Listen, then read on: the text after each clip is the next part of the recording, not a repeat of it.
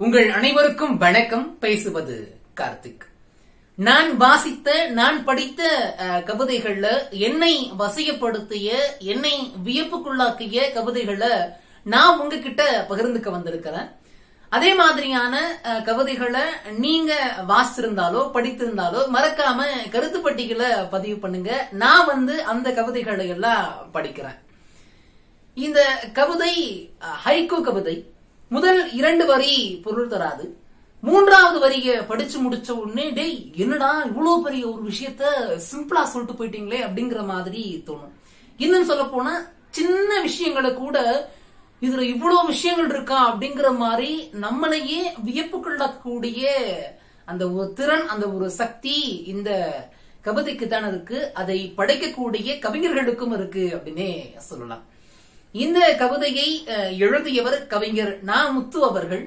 1999ஆம் ஆண்டு வெளிவந்த எடை குறைவாய் அப்படிங்கிற ஒரு புத்தகத்துல இடம்பெற்றிருக்கக்கூடிய கவிதை இது. சொல்றேன் பாருங்க. ரேஷன் கடைக்காரருக்கு குழந்தை பிறந்தது எடை குறைவாய். படிச்சு முடிச்சுட்டு இன்னைக்கு இருக்கக்கூடிய அந்த ரேஷன் கடைகள்லையும் சரி, நம்ம திரைப்படங்கள்ல பார்த்திருப்போம். இந்த ரேஷன் கடைக்காரங்க தராசுக்கு கீழே காந்தத்தை வைத்து ஒரு கிலோ மக்களுக்கு சர்க்கரை போடணும் அப்படின்னா 850 கிராம் தான் போறது, இல்ல 900 கிராம் தான் போறது. 100 கிராம் ஒரு மக்கள் கிட்டையும் இல்ல ஒரு ரேஷன் கார்டை வச்சிருக்கக்கூடிய மக்கள் கிட்ட இருந்து அடிக்கிறது, அடிச்சு கள்ளச்சந்தையில வித்துறது. இன்னும் சொல்ல போனா இன்னைக்கு நான் பெரும்பாலும் ரேஷன் கடையை தாண்டி போகும்போது அந்த இடத்துல அந்த கார்டை ஸ்கேன் பண்ணக்கூடிய அவர் உட்கார்ந்து இருப்பாரு, சரக்கு போடக்கூடிய ஒருத்தர் உள்ள இருப்பாரு. அதையும் தாண்டி இந்த 2 பேர் தான் அங்க வேலை, வேற யாருக்கு வேலை. அதையும் தாண்டி அந்த இடத்துல ஏதோ ஒரு அதிகார ஒரு பவர், அந்த ஒரு பவர் அப்படிங்கறது அங்க உட்கார்ந்து இருக்கு அப்படின்றதுனால உணர முடியுது.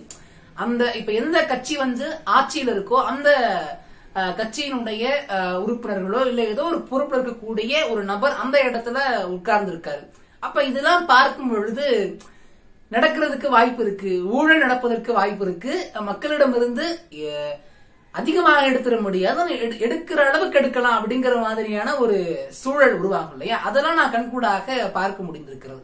அப்ப இந்த ரேஷன் கடை அப்படிங்கிற அந்த பழக்கம்னா நிறைய காலங்களாக இருக்கிறது இல்லையா? அப்படி இருக்கும்போது எத்தனை சுரண்டல் மக்கள் கிட்ட இருந்திருக்கும். அதுல உடன்பாடு அந்த சரக்கு போடக்கூடிய நபருக்கும் இருக்கும் இல்லையா? சில நேரங்கள்ல பாத்தீங்க அப்படின்னா அந்த எடை மிஷின் இருக்குல்ல, மக்களுடைய கண்களுக்கு தட்டுப்படும் விதமாக இருக்காது, உள்ள மறைமுகமா வச்சிருப்பாங்க. அந்த எடை போடக்கூடிய ஒரு நபருக்கு தான் தெரியும். அப்ப அந்த சரக்கை அளந்து போடக்கூடிய நபர் நேர்மையாக செயல்பட்டு இருந்தாங்க அப்படின்னா இந்த கவிதையே தோன்றி இருக்காது அப்படின்னே சொல்லலாம்.